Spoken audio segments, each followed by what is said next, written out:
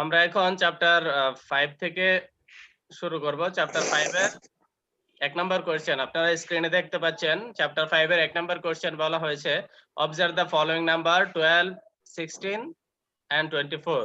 Question number A বলা হয়েছে what is the complete form of LCM and GCF. আপনাদের কি এলসিএম এবং জিসিএফ এর কমপ্লিট ফর্ম মনে আছে? Yes, sir. আচ্ছা, আমি যাকে জিজ্ঞাসা করছি সে একটু আমাকে বলবেন। তুরফা, আমাকে শুনতে পাচ্ছেন? তুরফা আমাকে বলবেন এলসিএম এর কমপ্লিট ফর্ম কি? Lowest common multiple. Lowest common multiple. Yes, sir. আচ্ছা, ফাহিম আপনি আমাকে একটু বলবেন এলসিএম এর জি, sir. Complete form. Sir, least common multiple. Least common multiple. Okay, good. Turfa, আপনি কি শুনতে পেয়েছেন? Yes, sir. আচ্ছা, এটা লোয়েস্ট না, শব্দটা হবে least, L E A S T, least. Arisha, আমাকে একটু বলবেন জিসিএফ। greatest common factor. হ্যাঁ, গ্রেটেস্ট কমন ফ্যাক্টর। ওকে, এই হচ্ছে আমাদের এলসিএম এবং জিসিএফ এর কমপ্লিট ফর্ম।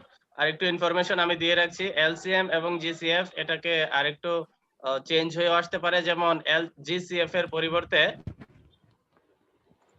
এইচসিএফ ও থাকতে পারে কখনো কখনো, অর্থাৎ কোনো বইতে বা কোথাও এইচসিএফ থাকতে পারে। হাইয়েস্ট কমন ফ্যাক্টর জিসিএফ অথবা এইচসিএফ দুটো একই জিনিস বোঝাবে, হাইয়েস্ট কমন ফ্যাক্টর অথবা গ্রেটেস্ট কমন ফ্যাক্টর। তারপর আমরা আসছি কোশ্চেন নাম্বার বি, বলা হয়েছে find out the GCF of given number. অর্থাৎ আমাদের যে ভ্যালুগুলো দেয়া রয়েছে, নাম্বারগুলো দেয়া আছে 12, 16 এবং 24, এই তিনটা সংখ্যার জিসিএফ ক্যালকুলেট করতে হবে। আপনাদের কি জিসিএফ ক্যালকুলেশন মনে আছে নাকি আমি করাবো এখন? Sir, আমার Yes, sir, মনে মনে আছে। আছে। Sir, Okay. মনে আছে। আচ্ছা, আর আরেক 3 নাম্বার কোশ্চেন হচ্ছে what is the LCM of given number. GCF এবং এলসিএম ক্যালকুলেট করার জন্য বলা হয়েছে এখানে। Yes, sir. তাহলে আমি আর এটা করাচ্ছি না। Okay, sir. আচ্ছা, তারপর কোশ্চেন নাম্বার বি দেখেন, বলা হয়েছে আমি একটু বুঝিয়ে দিচ্ছি। Question number B 2 number question, what is the rectangular shape room. There is a rectangular shape room with length of 21 meters and breadth of 18 meters. We want to pave square shape carpets on the floor of this room without leaving any space. Question number A বলা হয়েছে find the area of the room, অর্থাৎ এরিয়ার একটা length, আমাদের যে room দেওয়া আছে সেই রুমের লেংথ এবং ব্রেডথ দেওয়া আছে, আমাদেরকে এরিয়া ক্যালকুলেট করতে হবে। তো আমরা জানি এরিয়া ক্যালকুলেশনের জন্য আমাদেরকে লেংথ এবং ব্রেডথ মাল্টিপ্লাই করতে হয়। তো আমরা খুব সহজে এখানে area of the room is equal two আমরা দেব 21 ইনটু 18, আমাদের মাল্টিপ্লাই করলে যা হবে তাই কিন্তু আমাদের অ্যানসার হয়ে যাবে। ক্লিয়ার? Question number A. জি, Yes, sir. sir. Question number Yes, B sir. বলা হয়েছে find the length of side of the largest square shape carpet that can pave the floor. আমরা একটু খেয়াল করব এখানে আমাদের শব্দটার দিকে, লার্জেস্ট স্কয়ার শেপ কার্পেট, অর্থাৎ যখন কোনো কিছুতে লার্জেস্ট স্কয়ার শেপ, অর্থাৎ এলসিএম এবং এসসিএফ এর চ্যাপ্টারে লার্জেস্ট দেওয়া থাকলে সেক্ষেত্রে আমাদেরকে বুঝতে হবে এখানে জিসিএফ ক্যালকুলেট করতে হবে, অর্থাৎ আমাদেরকে জিসিএফ ক্যালকুলেট করে যেটা পাবো সেটা এখানে অ্যানসার হবে। Clear? Yes, Yes, sir. sir. অর্থাৎ লার্জেস্ট অথবা গ্রেটেস্ট, গ্রেটেস্ট মানেও বড় আর লার্জেস্ট মানেও কি বড়, অর্থাৎ এক্ষেত্রে আমাদেরকে জিসিএফ ক্যালকুলেট করতে হবে। এখানে আমরা জিসিএফ ক্যালকুলেট করব 21 এবং 18, এই দুটো ভ্যালুর জিসিএফ যা হবে তাই অ্যানসার। আমরা একটু লিখে নিতে পারি the GCF of 21 and 18 will be the largest square shape carpet that can pave the floor. অর্থাৎ আমরা অ্যানসারটা বের করার জিসিএফ করার আগে এরকম একটা সেন্টেন্স লিখে দিতে পারি, the GCF of 21 and 18 will be the largest square shape carpet. Clear? এতটুকু লিখে তারপর করতে পারি। যদি এত বেশি লিখতে প্রবলেম হয় বা এই সেন্টেন্স আপনারা ভুলে যান, সেক্ষেত্রে অন্তত কমপক্ষে এতটুকু লিখে নেবেন, the GCF of 21 and 18, এতটুকু লিখে তারপর জিসিএফটা করবেন। অনেকে আছে সরাসরি জিসিএফ করে অ্যানসার লিখে দিচ্ছে, মানে 2 লাইন অঙ্কটা করে শুধু অঙ্ক কিছু লিখে অ্যানসারটা বের করে দিচ্ছে। এরকম না, অঙ্কটা একটু সাজিয়ে লিখতে হবে। আমাদের ওয়ার্ড প্রবলেম যেহেতু আমরা কিছু ওয়ার্ড দিয়ে সাজিয়ে লিখতে হবে। ক্লিয়ার? আমার কথা বুঝতে পারতেছেন? Yes, এগুলো sir. তো word problem, structure Yes, base Yes, sir. এগুলো ওয়ার্ড প্রবলেম। তো ওয়ার্ড প্রবলেমে কিছু ওয়ার্ড থাকবে আপনার। তো আপনি যদি একেবারে ওয়ার্ড না লিখেন, সরাসরি লিখেন শুধু 21 আর 18 লিখে জিসিএফ বের করে অ্যানসার লিখে দেন, এতে করে আপনার কোনো একটা ওয়ার্ডও থাকতেছে না, মানে ওয়ার্ড প্রবলেম আপনার কোনো ওয়ার্ডই নাই, শুধু নাম্বার থাকতেছে। এক্ষেত্রে আমি বলবো আপনি একটু ওয়ার্ড প্রবলেমে একটু ওয়ার্ড লিখবেন, মানে একটু সাজায় লিখবেন। সেটা কমপক্ষে এতটুকু হবে, দ্য জিসিএফ অফ 21 and 18, এতটুকু তো মনে থাকবে, ক্লিয়ার তাই না? তারপর আপনি জিসিএফ বের করবেন। আর যার আরেকটু Yes, sir. বেশি sir. লিখতে পারবেন, সাজিয়ে সুন্দর করে লেখার জন্য আমি বলতেছি আবারও, the GCF of 21 and 18 will be the largest square shape carpet. আমি যেহেতু এটা রেকর্ড করতেছি, আপনাদের গ্রুপেও দেওয়া হবে, আপনি প্রয়োজনে পরবর্তীতে লিখে নিতে পারবেন ভিডিওতে শুনে, ক্লিয়ার? আচ্ছা, তাহলে আপনি Yes, sir. জিসিএফ দুটো ক্যালকুলেট করবেন, এতে করে যেটা বের হবে সেটাই आंसर হয়ে যাবে। তারপর আমরা সি নাম্বার কোশ্চেনে যাচ্ছি। How many carpets are necessary to pave the floor? এখানে নাম্বার অফ কার্পেটস আমাদেরকে বের করতে হবে। তো নাম্বার অফ কার্পেটস বের করার জন্য আমাদের প্রথমে প্রয়োজন হবে এরিয়া অফ দ্য রুম, যেটা আমরা কোশ্চেন নাম্বার এ তে ক্যালকুলেট করেছি। তো আমরা এখানে সরাসরি কোশ্চেন নাম্বার এ থেকে নিয়ে আসতে পারি, অথবা সরাসরি লিখতে পারি the area of room. A number কোশ্চেনে যেটা অ্যানসার হয়েছিল। তারপর আমাদের এরিয়া অফ কার্পেট, দুটো এরিয়া প্রয়োজন হবে। এরিয়া অফ কার্পেট আমরা বি নাম্বার কোশ্চেনে কিন্তু সাইড বের করেছিলাম। তাহলে area of carpet is equal two হবে বি নাম্বারে যেটা কোশ্চেন হয়েছিল সেটাকে একই সংখ্যা দ্বারা মাল্টিপ্লাই করতে হবে, যেহেতু স্কয়ার শেপ কার্পেট হবে। আমরা কোশ্চেন নাম্বার সি তে বি নাম্বারেরটাকে মাল্টিপ্লাই করব, অর্থাৎ বি নাম্বারে আমাদের অ্যানসার হবে 3, বি নাম্বারের অ্যানসার হবে 3। তো এখানে যখন আমরা এরিয়া অফ কার্পেট লিখব, তখন আমরা করব area of carpet is equal to 3 into 3 metre square.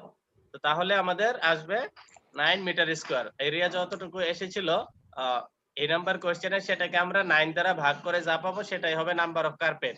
C number question নিজেরা করতে পারবেন? Yes, sir. Yes, sir.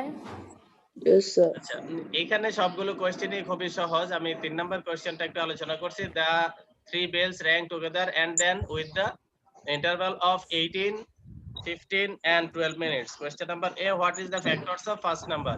অর্থাৎ ফার্স্ট নাম্বারের যে ফ্যাক্টর গুলো আছে সেগুলো আমাদের ক্যালকুলেট করতে হবে, বের করতে হবে। ফার্স্ট নাম্বার হচ্ছে 18, 18 এর ফ্যাক্টর গুলো হচ্ছে, আপনারা ফ্যাক্টর গুলো কিভাবে বের করে মনে আছে তো? Yes, sir. Yes, sir. আপনারা Yes, বিভিন্ন sir. ভ্যালু দ্বারা 18 কে ভাগ করবেন। 1 থেকে শুরু করে বিভিন্ন সংখ্যা দ্বারা 18 কে ভাগ করলে যে ভ্যালুগুলো দিয়ে নিঃশেষে বিভাজ্য হবে, অর্থাৎ কোনো রিমাইন্ডার থাকবে না, সেগুলো হবে ফ্যাক্টর। তো আমরা বি নাম্বার কোশ্চেনে দেখতেছি what is the LCM of first and second number. এটা খুব ইজি, এলসিএম বের করবেন শুধু ফার্স্ট এন্ড সেকেন্ড নাম্বার, মানে 18 এবং 15 এর। কোশ্চেন নাম্বার সি তে বলা হয়েছে after what interval of times will the bell ring again together. তাহলে আমাদের after what interval of time, আমাদের ইন্টারভালটা বের করতে হবে। এটা হবে আমাদের একইভাবে এলসিএম ক্যালকুলেট করতে হবে।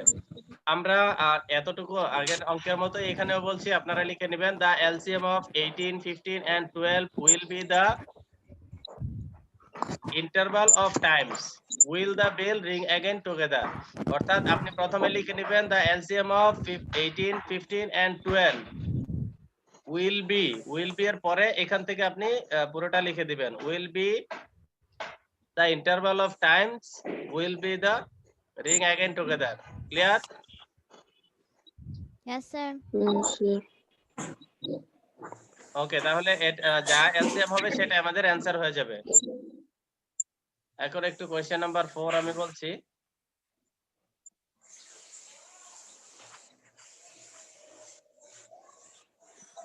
The teacher divides 40 boys and 24 girls into groups without any remaining students so that all the groups have the same number of boys and girls. Question number 8 বলা হয়েছে what are the GCF of 24, 50 and 48? এখানে আপনি GCF calculate করবেন easily ভাবে, আগে যেভাবে calculate করেছেন। Question number B তে বলা হয়েছে how many groups maximum can be made after dividing the students. এখানে জিসিএফ ক্যালকুলেট করতে হবে। ম্যাক্সিমাম শব্দ দেওয়া আছে, ম্যাক্সিমাম মানেই হচ্ছে কি সর্বোচ্চ বা সবচেয়ে বেশি। তো আমরা জানি জিসিএফ মানে সবচেয়ে বেশি, তাহলে জিসিএফ মানে গ্রেটেস্ট কমন ফ্যাক্টর, সর্বোচ্চ কমন ফ্যাক্টর। তো আমরা সেক্ষেত্রে জিসিএফ ক্যালকুলেট করব। আমরা বলে দিব আসসালামু আলাইকুম। ওয়ালাইকুম আসসালাম। The GCF of 40 and 24 will be the number of groups। আমরা এখানে জিসিএফ যা আসবে তাই आंसर হবে, এখানে আমাদের জিসিএফ আসবে 8। তারপর হচ্ছে question number C, how many boys and girls will consist each group. তো আমরা এখানে কোশ্চেন নাম্বার বি তে কিন্তু ক্যালকুলেট করেছি যে 8 নাম্বার অফ গ্রুপস হবে 8 তাহলে 8 গ্রুপসে আমাদের বয়েজ থাকবে কতজন এবং গার্লস থাকবে কতজন সেটা ক্যালকুলেট করতে হবে। তাহলে আমরা শুরুতেই লিখবো ইচ গ্রুপে কতজন বয়েজ এবং গার্লস থাকবে। তাহলে আমরা বয়েজ বের করার সময় 40 কে 8 দিয়ে ভাগ করব, অর্থাৎ যেহেতু 8 গ্রুপস হবে তাহলে 40 কে আমরা 8 দ্বারা ভাগ করব, যা হবে তাই आंसर হবে। একইভাবে গার্লস এর ক্ষেত্রে আমাদের 24 কে 8 দ্বারা ভাগ করব, ভাগ করলে যেটা হবে সেটা হচ্ছে নাম্বার অফ গার্লস এর সংখ্যা। আমরা কি এগুলো নিজে নিজে করতে পারবো? আগে তো আমি করিয়েছি এগুলো ক্লাসে, এখন যেহেতু সাজেশন দিয়েছি Yes, সাজেশনের sir, আলোকে পারবো। এগুলো করিয়ে দিচ্ছি। স্যার হ্যাঁ স্যার বলেন।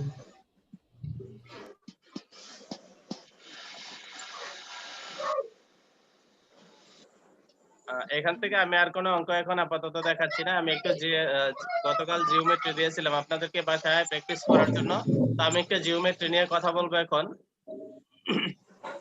আমি যে 4টা জিওমেট্রি দিয়েছিলাম, square, rectangle, rhombus and Rhombus, circle, তারপর circle. এই 4টা জিওমেট্রি থেকে আপনারা পরীক্ষায় কমন পাবেন। তো এই 4টা জিওমেট্রি আপনারা কি বাসায় প্র্যাকটিস করেছেন? Yes, Yes, sir. আচ্ছা, Yes. বাসায় যদি প্র্যাকটিস করেন তাহলে আমি একটু বলছি, আপনারা যারা বাসায় প্র্যাকটিস করেছেন প্রত্যেকটাতেই যদি আমাদের কোনো ভ্যালু দেয়া থাকে, যেমন আমরা যখন রেক্টেঙ্গল ড্রয়িং করতে বলবো তখন রেক্টেঙ্গলের লেংথ এন্ড ব্রেডথ যদি আমরা দিয়ে দেই তাহলে কি আপনারা করতে পারবেন কিনা? রেক্টেঙ্গলের লেংথ মনে করেন 6 দিয়ে দিলাম এবং ব্রেডথ দিয়ে দিলাম 4 cm বা এরকম যদি আমি কোনো পরিমাপ দেয়া থাকে সেক্ষেত্রে আপনারা করতে পারবেন কিনা? Yes, sir. পারবো। আপনাদের কিন্তু পরিমাপ দেয়া থাকতে পারে, পরিমাপ দেয়া থাকলে আপনারা হ্যাঁ। পরিমাপ মতো অঙ্কন করতে হবে এবং সেটা Yes, খুব sir. গুরুত্বপূর্ণ যে আপনাকে পরিমাপ মেনে অঙ্কন করতে হবে। Yes, sir. আচ্ছা, আরেকটা বিষয় আমি যতটুকু বলে দিচ্ছি ভালো করে খেয়াল করবেন, আপনাকে অবশ্যই প্রপার্টিজ বা ক্যারেক্টারিস্টিক্স যেগুলো আছে সেগুলো কিন্তু অবশ্যই লিখতে হবে। প্রত্যেকটাতে প্রপার্টিজ স্যার এবং তিনটা লিখবো? স্যার স্যার সবগুলো কি তিন? প্রপার্টিজ যেগুলো আছে সেগুলো থেকে কমপক্ষে 3টা প্রপার্টিজ আপনাকে লিখতে হবে। আর আপনি যে ড্রয়িংটা করবেন অর্থাৎ যে ফিগারটা ড্র করবেন সেটা একটু সুন্দর করে করার চেষ্টা করবেন। আর আমাদের স্কুল থেকে সবাই কি খাতা পেয়েছেন? পরীক্ষার খাতা নিয়েছেন স্কুল থেকে? No sir Sir. আচ্ছা, আমাদের পরীক্ষার খাতা স্কুল থেকে দেয়া হবে, স্কুলের খাতায় কিন্তু পরীক্ষাটা দিতে হবে। স্যার আমি নিয়েছি। আচ্ছা, যারা নেন নাই তারা স্কুল থেকে অবশ্যই খাতা নিয়ে যাবেন। আর যারা অনলাইনে ক্লাসটা করতেছেন বা অনলাইনে প্রশ্নে পরীক্ষা দিবেন তারা তো অনলাইন থেকে আমাদের ফেসবুক গ্রুপে প্রশ্ন পেয়ে যাবেন। আর যারা অনলাইনে অ্যাক্টিভ না বা অনলাইনের প্রশ্নতে হবে না তারা স্কুল থেকে প্রশ্ন নিতে পারবেন। স্কুল থেকে পরীক্ষার দিন সকাল 9টা থেকে আপনারা প্রশ্ন নিতে পারবেন। 1 ঘন্টা আগে, যেহেতু 10টায় পরীক্ষা শুরু হবে 1 ঘন্টা আগে আপনারা 9টা থেকে প্রশ্ন পেয়ে যাবেন। স্যার পরীক্ষা কি 2 ঘন্টা 30 মিনিট হবে নাকি? হ্যাঁ, পরীক্ষা 2 ঘন্টা 30 মিনিট হবে, আপনি বাসায় পরীক্ষা দিবেন।